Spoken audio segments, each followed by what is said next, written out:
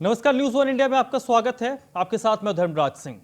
Corona एक बार फिर से डराने लगा है। राष्ट्रीय राजधानी दिल्ली के पिछले कुछ दिनों के आंकड़ों पर अगर हम नजर डालें तो ये 100% सटीक बैठती है कि कोरोना एक बार फिर से डराने लगा है। हालांकि कोरोना से डरने के बजाय हमें सतर्क रहने की ज्यादा जरूरत है, कारण सतर्कता से ही इस महामारी को हम मात दे सकते हैं।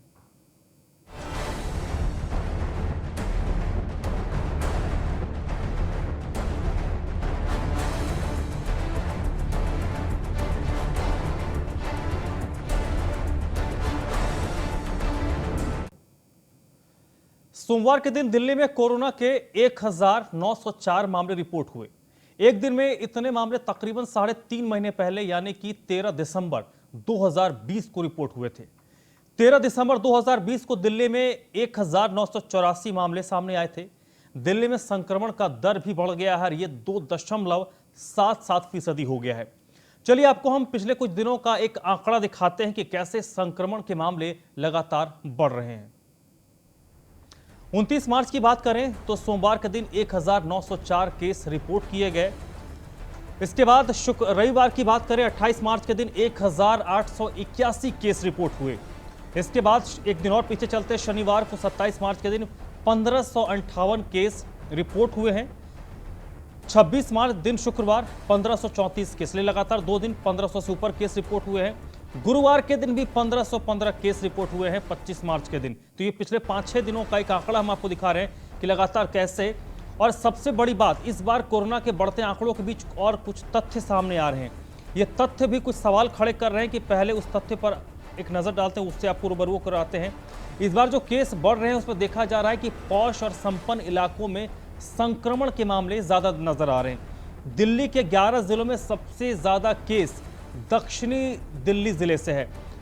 और सबसे बड़ी बात कि साउथ ईस्ट और साउथ वेस्ट जिले को अगर हम ऐड कर दें, यहाँ पर जितने मरीज इस वक्त है, संक्रमित लोग हैं, उनमें से यानी दिल्ली में 11 में से 4 जिलों को अगर हम ऐड कर दें तो तकरीबन 60-65% जो मरीज हैं वो इन्हीं इलाकों में हैं। और ये चीज़ नज़र सबसे पहले साउथ दिल्ली है, फिर उत्तर पश्चिम दिल्ली दूसरे नंबर पर जहां पर सबसे ज़्यादा केस है। तीसरे और चौथे नंबर पर दक्षिण पूर्व और दक्षिण पश्चिम जिले हैं। ये टॉप के 4 जिले हैं जहां पर संक्रमण के सबसे ज़्यादा मामले हैं।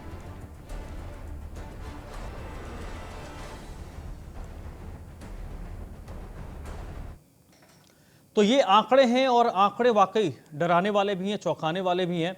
आज हम इसी मुद्दे पर चर्चा करेंगे कि कैसे आप इस चीज को आप अपने अंतर से देखिए। और जिस तरीके से कोरोना बढ़ रहे हैं, चाहे महाराष्ट्र हो या दिल्ली हो, आपको मैं बता देना चाहता हूं कि 2 मुख्यमंत्री ऐसे हैं धर्मराज जी कि जो कोविड में जो है सबसे नकारा जो है मुख्यमंत्री अगर देखा जाए तो अरविंद केजरीवाल हैं, और दूसरा मैं अगर नाम बताऊं तो उद्धव ठाकरे हैं। ये 2 ऐसे मुख्यमंत्री हैं जिनसे जो है अपना राज्य जो है संभाला नहीं जा रहा है। आप देखिए, आपको बता देना चाहता हूं कि जिस समय पहली बार धर्मराज जी लॉकडाउन लगा था तो यही लोग जो है विरोध कर रहे थे। मैं तो कहूंगा कि इनका विपक्ष का नाम जो है ना विपक्ष से हटा के विरोध कर देना चाहिए। इसलिए कर देना चाहिए कि देखिए, जब लॉकडाउन लगा था तो इन्होंने कहा था कि नहीं, लॉकडाउन नहीं लगना चाहिए, ठीक है। लॉकडाउन जब हटा था उस समय इन्होंने कहा था कि नहीं, लॉकडाउन क्यों हट रहा है, देश में जो है केसेस बढ़ रहे हैं, चलिए ठीक है। वैक्सीन आई, इन्होंने बोला कि ये भारतीय जनता पार्टी की वैक्सीन है। इसके साथ साथ इन्होंने ये बोला कि जो है सुअर की चर्बी से वैक्सीन बनाई जा रही है। तो मैं ये कहना चाहता हूं कि ये लोग जो कोरोना के नाम पे, जो इस महामारी के नाम पे जो अपनी राजनीति जो चमका रहे हैं, जो रोटियां सेक रहे हैं, मैं उनसे कहना चाहूंगा न्यूज़ वन इंडिया के जरिए कि आप जो है इस पर राजनीति मत चमकाइए। आप पहले अपने राज्य को बचाइए। अगर आपसे राज्य संभाला नहीं जा रहा है तो आप गद्दी छोड़ दीजिए। दूसरी चीज देखिए, सेंट्रल गवर्नमेंट ने पूरा निर्देश दिया है। आप देख सकते हैं कि लोगों के लिए, मैं नाम नहीं रखूंगा, ऐसे भी मुख्यमंत्री हैं कि जिनके लिए रैलियां जरूरी हैं।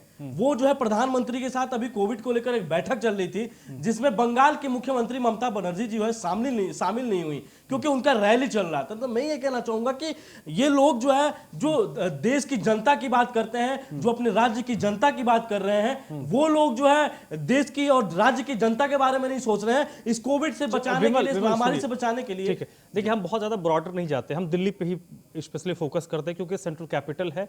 और दिल्ली में हम ये देखते हैं कि दिल्ली के अलावा जितने भी राज्य हो, चाहे उत्तर प्रदेश हो गया, हरियाणा हो गया, आप कह लीजिए राजस्थान का भी कुछ इलाका सटा हुआ है, वहाँ के लोग भी आ जाते हैं। और दिल्ली में दिल्ली सरकार के कुछ अस्पताल है, कुछ एमसीडी भी अस्पतालें चलाती हैं। क्या कुछ एक रिपोर्ट्स में पढ़ रहा था जिसमें ये दिखाया जा रहा था कि सेंट्रल गवर्नमेंट हो, स्टेट गवर्नमेंट हो या फिर प्राइवेट हॉस्पिटल्स हैं, उनके जो आईसीयू के बेड हैं वो फुल हो चुके हैं। हालांकि हम एक साल में और बेहतर स्थिति में हैं, लेकिन फिर भी अगर केसेस बढ़ रहे हैं तो क्या हम उसके लिए तैयार हैं इस वक्त? देखिए, बता देना चाहता हूँ धर्मराज जी, पूरे दिल्ली में अगर देखा जाए तो सेंट्रल गवर्नमेंट के 3 हॉस्पिटल हैं। एम्स सफदरजंग भी आम आदमी पार्टी और मतलब सेंट्रल गवर्नमेंट स्टेट गवर्नमेंट दोनों में आती है। ठीक है, दूसरी चीज़ मैं बता देना चाहता हूँ कि MLNR है, आप देखना चाहते हैं। मैं ये कहना चाहूँगा कि आखिर जो है, जो शिक्षा और स्वास्थ्य के मामले में जो मुख्यमंत्री चिल्ला चिल्ला कर कहता था कि जो है हम जो है दिल्ली में शिक्षा जो है सही कर दिए हैं, स्वास्थ्य में जो है दिल्ली नंबर 1 पे है, अब क्या हुआ? आखिर आप कहते थे कि हम 1000 जो है बेड्स वाला आईसीयू बेड्स वाला हॉस्पिटल बना रखे हैं, हमको वोट दीजिए स्वास्थ्य में, शिक्षा में। आप देख सकते हैं कि मैं आपको बोलूंगा धर्मराज जी, इन्होंने क्या किया था कि एक मोहल्ला क्लिनिक के नाम पे इन्होंने जितना घोटाला किया, लगभग 400 करोड़ से ऊपर ज्यादा इन्होंने घोटाला किया। मैं कहना चाहूंगा कि जो स्वास्थ्य के मामले में अगर आप देख सकते हैं, लोग कहते हैं कि दिल्ली जो है स्वास्थ्य के मामले में सुधर गई है, ये बार बार जो है टारगेट करते हैं बाहरी लोगों का। आप देखिए, जैसे आप बता रहे हैं कि राजस्थान से भी लोग आते हैं, हरियाणा से भी लोग आते हैं, उत्तर प्रदेश से भी लोग आते हैं। धर्मराज जी, एक बात बताना चाहूंगा, देश में सबसे बड़ा प्रदेश है उत्तर प्रदेश, जहां पे जनसंख्या सबसे ज्यादा है, लेकिन वहां पे कोरोना का केसेस देखिए बहुत कम है। कोरोना का केसेस जितना बड़ा प्रदेश है उतना जो है कम केसेस है, क्योंकि यहाँ का मुख्यमंत्री जो है ना, दिनों रात जो है, आपने देखा था कि माननीय मुख्यमंत्री जी के पिताजी का देवासन हो गया था, लेकिन वो अपने देवासन में जो है जाना उचित नहीं समझे थे, सिर्फ इस प्रदेश की जनता के खातिर। उन्होंने ये सोचा था कि जनता मेरे लिए जरूरी है, और जनता के लिए लोग अपने पिताजी के देवासन में नहीं गए थे। जो मीटिंग थी, मीटिंग अटेंड करके उन्होंने दूसरे दिन जो है अपने पिताजी के जो है अंतिम संस्कार में उन्होंने भाग लिया था। तो मैं ये कहना चाहूंगा धर्मराज जी कि देखिए, हमारे लिए ये सोचना है कि राजनीति जरूरी है या हमारे लिए हमारी जनता जरूरी है। जिस तरीके से आपने देखा धर्मराज जी कि दिल्ली अरविंद केजरीवाल जी से संभला नहीं गया, उसके बाद क्या हुआ कि गृह मंत्रालय ने इस पे संज्ञान लिया और पूरे तरीके से गृह मंत्रालय ने जो है पूरा दिल्ली सरकार को कब्जा कर लिया, जैसे हम बताते हैं। उसके बाद अगर आप देखेंगे तो धीरे धीरे जो है कोरोना के केसेस कम भी हुए थे। जी धर्मराज जी, बिल्कुल। लेकिन यहाँ पर अब हम फोकस इस मुद्दे पर रख रहे हैं कि अपार्ट फ्रॉम पॉलिटिक्स, कि चलिए राजनीति आप लोगों में बीजेपी हो, कांग्रेस, आम आदमी पार्टी में आरोप प्रत्यारोप तो चलते रहते हैं, लेकिन at the end of the day आपकी पार्टी हो या फिर आम आदमी पार्टी हो, कांग्रेस हो, सभी कोशिश ही करती हैं कि हम जनता के लिए काम करें। यहाँ पर हम इस बात को लेकर चर्चा करने की कोशिश कर रहे हैं कि क्या हमारी तैयारियां मुकम्मल हैं। आपने कई सारे एग्जाम्पल्स दिए, उनसे इतर, क्योंकि अभी आम आदमी पार्टी के जो प्रवक्ता हैं, जो भी हैं, अभी जुड़े नहीं हैं, जब जुड़ेंगे तो उनसे मैं सवाल लूंगा। भारतीय जनता पार्टी के विपक्ष के तौर पर मैं आपसे जानना चाहता हूं कि आपकी पार्टी की भी अकाउंटेबिलिटी है, क्योंकि 7 सांसद दिल्ली में आपके पार्टी से हैं। देखिए धर्मराज जी, मैं बता देना चाहता हूँ, अगर आप जाएंगे एमसीडी जितना अच्छा तरीका से इस कोरोना में, इस कोविड में काम किया है, लेकिन लगभग जो है 30,000 करोड़ रुपए जो है अरविंद केजरीवाल जी जो है एमसीडी को रोक कर रखे हैं। एमसीडी के सफाई कर्मचारियों को लगभग 6 महीने से पैसा नहीं मिल रहा है। मैं ये कहना चाहूंगा, फिर भी सफाई कर्मचारी दिनों रात जो है दिल्ली को स्वस्थ बनाने में, दिल्ली को स्वच्छ बनाने में पूरा लगी हुई है। उसके बाद अगर आप देख सकते हैं कि दिन भर जो है, यहाँ तक कि रात में भी अगर आप दिल्ली में जाएंगे तो दिल्ली की जो स्वच्छता की गाड़ी है वो रोड को साफ करती है। इसके साथ साथ दिल्ली में जो है कई ऐसे प्रमुख जगह बनाया गया है जहां पे सैनिटाइजेशन का जो फव्वारा लगा हुआ है, फव्वारे से जो सैनिटाइजेशन का काम किया जा रहा है हर ऐसे जो है ग्रैंड जगह पे जहां पे भीड़ों की संख्या ज्यादा हो। मैं आपसे ये बताना चाहता हूं, देखिए एमसीडी अपना बहुत अच्छा काम कर रही है, एमसीडी जो है गली गली में जा रही है, लेकिन जो हमारे अरविंद केजरीवाल जी हैं वो एकदम ध्यान नहीं दे रहे हैं। उनका ध्यान जो है अभी बंगाल चुनाव है, उनका ध्यान जो है अभी जो है पंजाब बना हुआ है, उनका ध्यान जो है हरियाणा बना हुआ है, उनका ध्यान जो है असम बना हुआ है। तो मैं ये कहना चाहूंगा कि देखिए अरविंद केजरीवाल जी, जनता ने आपको जो है चुना है, जनता ने आपको मुख्यमंत्री बनाया है, तो आप जनता के लिए सोचिए। जनता परेशान है, और दिल्ली में और महाराष्ट्र में जिस तरीके से जो है कोरोना बढ़ता जा रहा है, दोनों मुख्यमंत्री को इस पर संज्ञान लेने की बहुत जरूरत है। मैंने देखा अभी एक न्यूज आते आते धर्मराज जी कि अभी जब उद्धव ठाकरे ने एक निर्णय लिया कि लॉकडाउन लगाया जाए मुंबई में, तो एनसीपी के नेता ने मना कर दिया। एनसीपी के नेता ने कहा कि अगर लॉकडाउन लगेगा अगर महाराष्ट्र के अंदर, तो महाराष्ट्र की सिचुएशन जो है और खराब हो जाएगी। ठीक है, मेरे साथ इस वक्त कांग्रेस पार्टी के नेता भी जुड़ गए हैं, वरुण पुरोहित जी। वरुण जी, बहुत बहुत स्वागत है आपका। और डॉक्टर निमी रस्तोगी जुड़ गई हैं, गायनो भी हैं, और कोविड टास्क फोर्स है उसकी मेंबर है। डॉक्टर साहब, पहले तो आपके पास ही आऊँगा। पहले ये बताइए कि क्या हम एक और लॉकडाउन की और बढ़ रहे हैं, और दूसरी चीज़ कि क्या ये जो केसेस बढ़ रहे हैं कि तकरीबन 3.5 महीने के बाद 13 दिसंबर 20 को 1984 केस आए थे और तकरीबन 3.5 महीने के बाद अब रिपोर्ट किए गए हैं, यानी एक दिन पहले मंडे को 1904 केस। तो ये केस क्यों बढ़ रहे हैं डॉक्टर?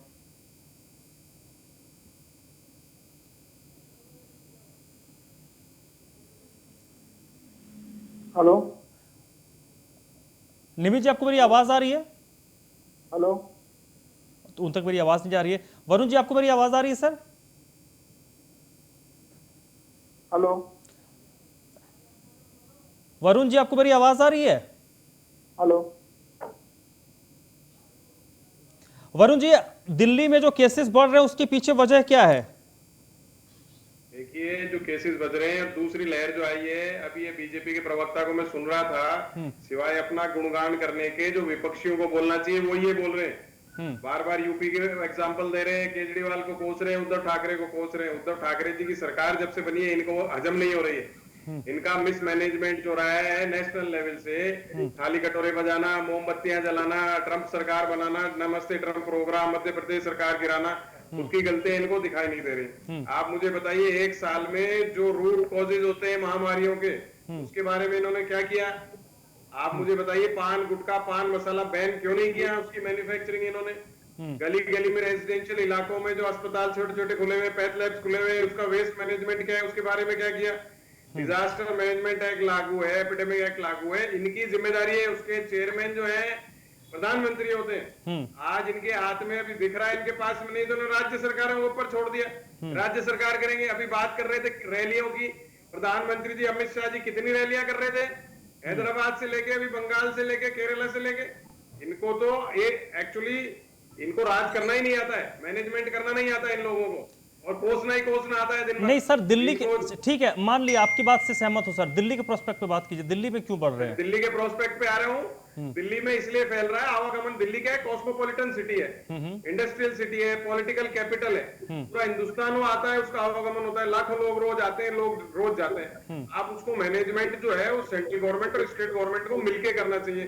अब जब तक रूट कॉजेज आप नहीं हटाओगे, आज कोरोना है, दूसरी बीमारी आ जाएंगी। डॉक्टर साहब बैठे हैं, आप पूछ लीजिएगा, दूसरी बीमारी आ जाएगी। ठीक है वरुण जी, ठीक है सर, रूट कॉज पे ना स्टेट गवर्नमेंट गई ना सेंट्रल गवर्नमेंट गई, कांग्रेस पार्टी का ये आरोप है। डॉक्टर निमी, आपको मेरी आवाज आ रही है?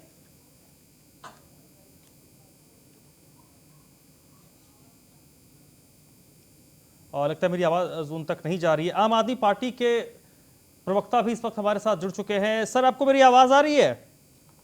आ रही है धर्मराज जी, आपको आवाज आ रही है? हाँ, आ रही है। ये भारतीय जनता पार्टी के जो स्पोक्स पर्सन है, बड़ी आरोप आप पर उन्होंने लगाया, आपकी पार्टी पर लगाया है कि आपकी पार्टी का मैनेजमेंट ठीक नहीं है, जिसके कारण ये दिल्ली में केसेस बढ़ रहे हैं। धर्मराज जी, पहले तो मैं आपको अपडेट करूंगा, ये भारतीय जनता पार्टी के कोई अधिकृत प्रवक्ता नहीं। आप इनको प्रवक्ता मत कीजिए, भाजपा नेता कह देंगे। देखिए, नहीं, आप गलत बोल रहे हैं, आप गलत बोल रहे हैं। आप पहले आप नहीं, आप गलत बोल रहे हैं। आप पर्सनली टिप्पणी मत कीजिए। आप जानना चाहते तो मैं बता देना चाहता हूं, मैं प्रवक्ता हूं। बिमल जी बता, ऑन पेपर मैं प्रवक्ता हूं। ठीक है सर, आप उनको बोल लीजिए, फिर आप बोलिए। कर देना जी बोलिए सर। सुनिए, देखिए, आज आपने कोविड जैसा बड़ा संवेदनशील मुद्दा है, और दिल्ली में नहीं, देश में कोविड का स्पार्क बढ़ा है। और पिछले अगर आप लगाओगे 1 हफ्ते से पूरे देश में 6 गुना मामले हो गए हैं। जहां पूरे देश में 10,000 से नीचे मामले आ रहे थे, आज पूरे देश में 50,000 से ज्यादा मामले आ रहे हैं। महाराष्ट्र सबसे ज्यादा इफेक्टेड है, और दिल्ली में भी निश्चित तौर पर अगर पूरे देश में अगर 6 गुना कोविड बढ़ा है तो दिल्ली में भी बढ़ा है। मैं कहना चाहता हूँ आपके चैनल के माध्यम से दिल्ली की जनता को कि बिल्कुल भी घबराने की जरूरत नहीं। दिल्ली में लगातार रोज 80 से 90 टेस्ट हो रहे हैं। दिल्ली में वैक्सीनेशन ड्राइव जो है, हमने उसको स्पीड बढ़ा दी है। अब हमने वैक्सीनेशन में हमने ये भी शर्त हटा दी है कि अब उसको कोई रजिस्ट्रेशन कराना पड़ेगा। वो वॉक इन जाए, हॉस्पिटल में जाए, उसको वैक्सीनेशन मिलेगी। ठीक है, वैक्सीनेशन हमारी ठीक चल रही है। हमने सेंटर्स बनाने की बात करी है। हमने सरकार से ये भी कहा है कि 45 साल की जो आपने उम्र लगाई है केंद्र सरकार से, आप इसको भी घटा दीजिए। हम 18 साल से एडेड जो भी ऊपर है, हम सबको वैक्सीनेशन देना चाहते हैं। हमने केंद्र सरकार से गुहार करके केंद्र सरकार के हमें ऑर्डर की वेट कर रहे हैं। हमारे साथी ने कहा, भारतीय जनता पार्टी ने, हमने सुना, दिल्ली के लोगों ने नहीं, देश के लोगों ने नहीं, पूरे जो अमेरिका जो सबसे ताकतवर देश था, उसने भी दिल्ली सरकार ने जो कोविड में काम उसकी प्रशंसा करी। हमने जो प्लाज्मा थेरेपी इनोवेट करी थी, वो प्लाज्मा थेरेपी को अमेरिका ने नहीं माना।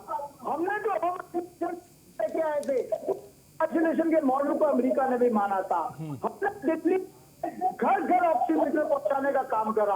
हमने दिल्ली में ऑक्सीजन सिलेंडर घर घर पहुंचाने के काम करे। पूरे का पूरा सेटअप था और निश्चित तौर पर हमारी सरकार के प्रयासों से, क्योंकि हम किसी जनता पार्टी के किसी नेता को कार्यकर्ता कांस्टेबल नहीं है। दिल्ली के 2 करोड़ लोग थी, दिल्ली के 2 करोड़ कमिटमेंट है कि हम दिल्ली के हेल्थ केयर सर्विसेज, दिल्ली के लोगों की जान बचाना हमारा उद्देश्य है। हमने जो ऐतिहासिक कदम थे वो समय में करे और मैं आपके चैनल के माध्यम से फिर से दिल्ली के लोगों को भारद्वाज जी, सर इसमें एक और सवाल है, एक और दिल्ली सरकार के पूरे हैं। दिल्ली के मुख्यमंत्री 24 घंटे सिचुएशन को मॉनिटर कर रहे हैं और हर दिन में 2-3 सिचुएशन की रिव्यू मीटिंग ले रहे हैं। वो जरूरत नहीं है। पर्याप्त मात्रा में दिल्ली में वेंटिलेटर, पर्याप्त मात्रा में बेड अवेलेबल। दिल्ली सरकार पूरी तरह तैयार, किसी को घबराने पैनिक होने की जरूरत नहीं है। अब टेस्टिंग बढ़ाते हैं, टेस्टिंग ऑलरेडी हमारे 80 से 90 हजार चल रही है। अगर की जरूरत होगी बढ़ाएंगे। पर्याप्त मात्रा में वेंटिलेटर है, बेड है, किसी को घबराने की जरूरत नहीं। पैनिक में किसी को आने की जरूरत नहीं। भारतीय मैं आ रहा हूँ विमल जी, आप जवाब दीजिएगा। ठीक है सर। भारद्वाज जी एक मिनट, डॉक्टर निमि रस्तोगी भी हमारे साथ जुड़ी हुई है। मैम आपको मेरी आवाज आ रही है? जी आ रही है। ये जो केसेस बढ़ रहे हैं इसके पीछे वजह क्या लगती है, अपार्ट फ्रॉम पॉलिटिकल आरोप प्रत्यारोप? और दूसरी चीज, एक और जो रिपोर्ट आई है इसमें यह दिख रहा है कि जो पॉश इलाके में रहने वाले लोग हैं, जो संपन्न लोग हैं, उन इलाकों में ज्यादा केस रिपोर्ट हो रहे हैं। क्या इसलिए क्योंकि वहां टेस्टिंग ज्यादा हो रही है? क्योंकि एक एग्जांपल मैं आपको दे दूं, महाराष्ट्र की बात करूं, महाराष्ट्र में देखने को मिल रहा है कि महाराष्ट्र में जो हाई राइज बिल्डिंग में रहने वाले ज्यादातर लोग हैं वहां पर ज्यादा संक्रमण के केस आ रहे हैं। वही चीज दिल्ली में नजर आ रहा है। इसके पीछे वजह क्या लगता है आपको? मेरे ख्याल से जैसा आपने कहा, पॉलिटिकल आरोप और प्रत्यारोपों से तो हम इस मसले की जड़ तक नहीं पहुंच सकते। लेकिन हाँ, जैसे कि 2 पैनलिस्ट बता रहे हैं कि दिल्ली एक महानगर है और ज्यादातर ये महानगरों में ये चीज फैल रही है बिकॉज इंसान से इंसान का संक्रमण ये फैलता है। इसका nature of disease, nature of pandemic ही ऐसा है। तो कोई हैरानी की बात नहीं है। ये बात डॉक्टर्स ने प्रिडिक्ट कर दी थी कि इसकी 2nd, 3rd, 4th वेव आ सकती है, इसमें म्यूटेशन हो सकता है, इसमें लापरवाही की वजह से केसेस बढ़ सकते हैं। इतना ह्यूमन मूवमेंट एक्टिविटी है तो कोई हैरानी की बात नहीं है। अभी फेस्टिवल्स हैं तो और केसेस आएंगे।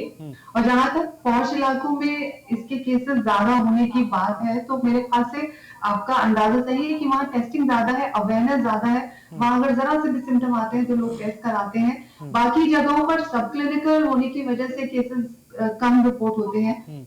बट ये वायरस पॉश और नॉर्मल इलाकों में कोई भी भेदभाव नहीं करता है। ये तो इंसानी कीटाणु की बीमारी है जिस किसी को भी लग सकती है। बिल्कुल नहीं, ये इसलिए मैंने जिक्र किया डॉक्टर साहब क्योंकि ये जो टॉप के 2-3 जिले हैं, साउथ दिल्ली है, साउथ ईस्ट है, साउथ वेस्ट है, ये जो 11 में से जो 4 जिले हैं दिल्ली के, यहाँ पर तकरीबन 60% सुपर केसेस इन्हीं जगहों पे हैं। ये रिपोर्ट मैंने भी पढ़ी है और इसमें थोड़ा सा उसके और डेप्थ में जाने की जरूरत है। अब जैसे ये बात हो रही है कि सीवर सर्वेलेंस नाम की एक चीज है, तो टेस्ट ही काफी नहीं है इस केस की, इन पैंडेमिक की इंसिडेंस को रिफ्लेक्ट करने के लिए। हमें और ज्यादा टूल्स इस्तेमाल करने पड़ेंगे क्योंकि ये जो वायरल पार्टिकल है ये इंसानों से निकल के इंसानों में पहुंच रहा है। और अगर हम एक पर्टिकुलर एरिया का फीवर स्टडी करें तो कई बार हमें पता चलता है कि वायरल लोड इंसिडेंस वहां ज्यादा है as compare to knowing from the test RT-PCR जो है। तो इस तरह से तैयारी हमें पूरी दिल्ली की, पूरे महानगरों की रखनी है। लेकिन ये कहना कि सिर्फ पॉश इलाके में ज्यादा है, ये आई थिंक ओवर स्टेटमेंट हो जाएगा। This will make people lax with their preparation. तो नहीं, इसलिए मैं डॉक्टर साहब, इसलिए मैंने उसमें ऐड किया था कि हो सकता है लोगों के अंदर ज्यादा, जिसको आपने थोड़ा फॉरवर्ड आगे बढ़ा दिया कि टेस्टिंग ज्यादा हो रही होगी, लोग अवेयर होंगे तो उसकी वजह से आंकड़े सामने आ रहे हैं। एक थोड़ा सा इसमें ये बात हो गई कि अगर कहीं पर केस कम आ रहे हैं, डजंट मीन कि वहाँ पर केस कम है। हो सकता है वहाँ टेस्टिंग ना हो रही हो, कम हो रही हो, इसलिए रिपोर्ट नहीं आ रही है। धनेंद्र जी, दिल्ली सरकार के नजरिए से अगर हम देखें सर, तो अब हम ज़्यादा, हमारे पास इंफॉर्मेशन है कोविड-19 को लेकर, हम ज़्यादा अच्छे तरीके से प्रिपेयर हैं जब हम एक साल पीछे से अगर कंपैरिजन करते हैं, लेकिन उसके बाद भी किस तरीके की तैयारियां हैं ताकि बेड कम ना पड़े, लोगों को अगर टेस्ट में रिपोर्ट पॉजिटिव आती है तो उनको तत्काल मदद मिले, उसको लेकर क्या कुछ तैयारी चल रही है सर इस वक्त दिल्ली सरकार में? कहा था धर्मराज जी कि दिल्ली सरकार पूरी तरह अलर्ट है। हम लोगों ने टेस्टिंग अच्छे से 90,000 कर लिया। अगर टेस्टिंग बढ़ानी पड़ेगी टेस्टिंग बढ़ाएंगे। अगर आइसोलेट करने की बात होगी, हमने पहले भी करा, अभी भी जो लोग पॉजिटिव आ रहे हैं उनको आइसोलेट कर रहे हैं, और जिसको अगर हॉस्पिटल की जरूरत है हम उसको हॉस्पिटल रेफर कर रहे हैं, जो होम आइसोलेशन चाह रहा है हम उसको होम आइसोलेशन कर रहे हैं। और दिल्ली सरकार ने पर्याप्त मात्रा में बेड रिजर्व कर दिए हैं। कोविड के लिए हमने डेडिकेटेड बेड कर दिए, वेंटिलेटर्स कर दिए हैं, ऑक्सीजन सिलेंडर्स पूरी तरीके से अवेलेबल है। प्राइवेट हॉस्पिटल्स में बेड ऑक्यूपाइड है। प्राइवेट हॉस्पिटल में भी आज हमारे मंत्री जी ने भी कहा है कि हम व्यवस्था करने जा रहे हैं कि कुछ बेड्स और वेंटिलेटर्स और आईसीयू जो है हम कोविड के लिए डेडिकेटेड कर दें। लेकिन दिल्ली के लोगों को कोई घबराने की जरूरत नहीं है, कोई पैनिक होने की जरूरत नहीं है। दिल्ली सरकार के सभी अस्पताल में बेड्स अवेलेबल है। हमारे पास डॉक्टर्स, हमारे नर्सेज वगैरह सब 24 घंटे हाई अलर्ट पर चल रहे हैं। वेंटिलेटर्स हमारे पास हैं, ऑक्सीजन सिलेंडर्स हमारे पास है। और दिल्ली के लोगों को मैंने पहले भी कहा है कि हमने पहले भी इस कोविड से लड़ाई लड़ी है, और उस समय लड़ाई लड़ी थी जब कोविड के बारे में आइडिया नहीं था। बिल्कुल। अब कोविड के बारे में सारी जानकारी हमारे पास है, सारे एक्सपर्ट्स की ओपिनियन हमारे पास है, मेडिकल हिस्ट्रीज हमारे पास है। तो निश्चित तौर पर दिल्ली सरकार पूरी तरह अलर्ट है। और मैं कहना चाहता हूँ कि माननीय मुख्यमंत्री जी 24 घंटे सिचुएशन को मॉनिटर कर रहे हैं। दिन में 2 से 3 बार वो अधिकारियों के साथ मीटिंग कर रहे हैं, मंत्री के साथ मीटिंग कर रहे हैं, और एक एक दिन की सिचुएशन को रिव्यू करके क्या क्या हमने मेजर्स लेने, उन सब चीजों पे ध्यान दिया जा रहा है। मैं सिर्फ आपके चैनल के माध्यम से दिल्ली के 2 करोड़ लोगों को सिर्फ इतना कहना चाहता हूँ कि आपको कुछ नहीं करना। सरकार ने जो बोला है कि मास्क लगाएं, हम घर से बाहर निकले तो मास्क जरूर लगाएं। बिल्कुल। हम सोशल डिस्टेंसिंग के नियम का पूरी तरह पालन करें। ये 2-3 चीजें ये हर नागरिक की जिम्मेदारी बनती है, मेरी भी जिम्मेदारी बनती है कि जो सरकारी गाइडलाइंस है उसको फॉलो करें, स्ट्रिक्टली फॉलो करें। और हम किस तरीके से सरकार को मदद कर सकते हैं, हम आम आदमी सिर्फ यही कर सकता है कि वो मास्क लगाए। नहीं सर, इस चीज से बिल्कुल बिल्कुल भारद्वाज जी, इस चीज से सर कल भी परसों भी लगातार 2 दिन से हम चर्चा कर रहे हैं अलग अलग जगहों पर। तो मैं खुद अपने एंड से, अपनी संस्था की ओर से तमाम लोगों को ये जरूर कहता हूं कि कोई भी सरकार हो, आम आदमी पार्टी हो, बीजेपी हो, कांग्रेस हो, वो कोविड को नहीं हरा सकती जब तक आम लोगों का समर्थन नहीं होगा। अब सरकार किसी के मुंह में जाके मास्क नहीं लगा सकती, मास्क आपको घर से खुद से लेकर निकलना पड़ेगा, ये आपकी भी जिम्मेदारी है। चलिए, आप विमल कुछ कह रहे थे, आप रिस्पॉन्ड करने वाले थे, प्लीज। देखिए, पहले बात मैं बता देना चाहता हूँ, हमारे जो मित्र बैठे हुए धर्मेंद्र जी, पर्सनल टिप्पणी आप कभी भी डिबेट पे करिए तो कभी पर्सनल टिप्पणी मत कीजिए। और रही बात कि हम प्रवक्ता हैं कि नहीं है, तो आपके मुख्यमंत्री जी भी मेरे बारे में जानते हैं। मैं उनके घर के बाहर जो है 9 दिन जो है आमरण अनशन पर बैठा था, और मुझसे वो मिले भी थे। जाके पूछ लीजिए, सुनिए, पूछ लीजिएगा आप जाके मुख्यमंत्री से। छोड़िए वो बात, हम टॉपिक पे आते हैं। टॉपिक ये है कि देखिए, दिल्ली की जनता को गुमराह करने के लिए ना ये लोग जापान से एक रथ मंगवाए थे, और रथ पे घुड़सवारी कौन कर रहा था? तो इनके उप मुख्यमंत्री जी रथ से घुड़सवारी कर रहे थे, फोटो खिंचवा के फेसबुक पर डाल दिए। एक दिन भी मुझे वो रथ दिखाई नहीं दिया दिल्ली की सड़क पे। दूसरी बात सुन लीजिए, दिल्ली इनसे जो है संभाला नहीं जा रहा है। दिल्ली की जनता समझ गई है कि इनके बस की दिल्ली नहीं है। झूठा सबसे बड़ा बवाल है अरविंद केजरीवाल। सुनिए, सबसे बड़ा बवाल है अरविंद केजरीवाल, और ये हम नहीं कर रहे, ये दिल्ली की जनता कह रही है। सुन लीजिए, कोविड की वजह से बता रहा हूँ, कोविड में क्या हुआ था कि एक पार्क में जो है सेंट्रल गवर्नमेंट को अपने अधीन लेना पड़ा था, और सेंट्रल गवर्नमेंट ने उसको अपने अधीन लेकर उसके बाद जो पार्क में, आपको पता होगा कि जो पार्क है, उस पार्क में जो है टेंट लगाकर, आईसीयू बेड लगाकर केंद्र सरकार ने अपने अधीन करवाया था। दूसरी चीज, जल्दी खत्म हो गया, वक्त खत्म हो गया, 2 मिनट। देखिए, उसके बाद क्या होता है, 30 सेकंड जल्दी, विमल जल्दी, 30 सेकंड वक्त खत्म हो रहा है, जल्दी सुनिए, 2 मिनट में। देखिए क्या हुआ कि कहते हैं कि हम लॉकडाउन खोल रहे हैं जी, लॉकडाउन खोल दिए। उसके बाद कहते हैं कि हर जगह पे, हर बस स्टैंड पे स्क्रीनिंग होगा, हर बस स्टैंड पे सैनिटाइजेशन होगा, लेकिन कहीं कुछ नहीं दिखाई दिया। चलिए, बाजार खोल दिया विमल, वक्त न्यूज़ ऑन इंडिया के जरिए कहूंगा, जो भी हमारे दर्शक देख रहे हैं कि आप मास्क का प्रयोग करिए और ऐसे बवाल जो चलिए ठीक है, चलिए वक्त खत्म हो गया। नहीं नहीं, नहीं, चलिए राजनीतिक आरोप प्रत्यारोप अपने जगह है डॉक्टर साहब, वक्त खत्म हो गया है। हम फिर, क्योंकि ये अभी शुरू हुआ है, तो हम कोशिश करेंगे कि आगे भी इस पर हम चर्चा जरूर करें और उसमें आपको भी मैं जरूर बुलाऊंगा ताकि एक गहनता से बातचीत हो, बहुत जरूरी है। घनेंद्र जी आप हमारे साथ जुड़े थे, बहुत बहुत शुक्रिया। विमल आपका भी बहुत बहुत शुक्रिया। वरुण जी हमारे साथ जुड़े थे, बहुत बहुत शुक्रिया। डॉक्टर निमी रस्तोगी भी जुड़ी थी, आपका बहुत बहुत शुक्रिया। तो तमाम आरोप प्रत्यारोप देखिए सियासी दलों में चलता रहता है, वो कभी खत्म नहीं होने वाला, लेकिन एक आम नागरिक के तौर पर हमारी और आपकी जिम्मेदारी बनती है कि घर से बाहर जब भी निकले तो प्लीज मास्क जरूर लगाएं, जरूरत ना हो तो घर से बाहर ना निकले और सोशल डिस्टेंसिंग का पालन जरूर करें, क्योंकि यही वो मंत्र है जो आपको कोविड से बचा सकता है, कोविड के चेन को तोड़ सकता है और इस महामारी को जड़ से खत्म करवा सकता है। वरना होगा वही जो कई विशेषज्ञ कहते हैं कि हो सकता है कोरोना हमारे बीच से कभी नहीं जाए, क्योंकि हम सुधरेंगे नहीं। तो फिलहाल आज की चर्चा में बस इतना ही।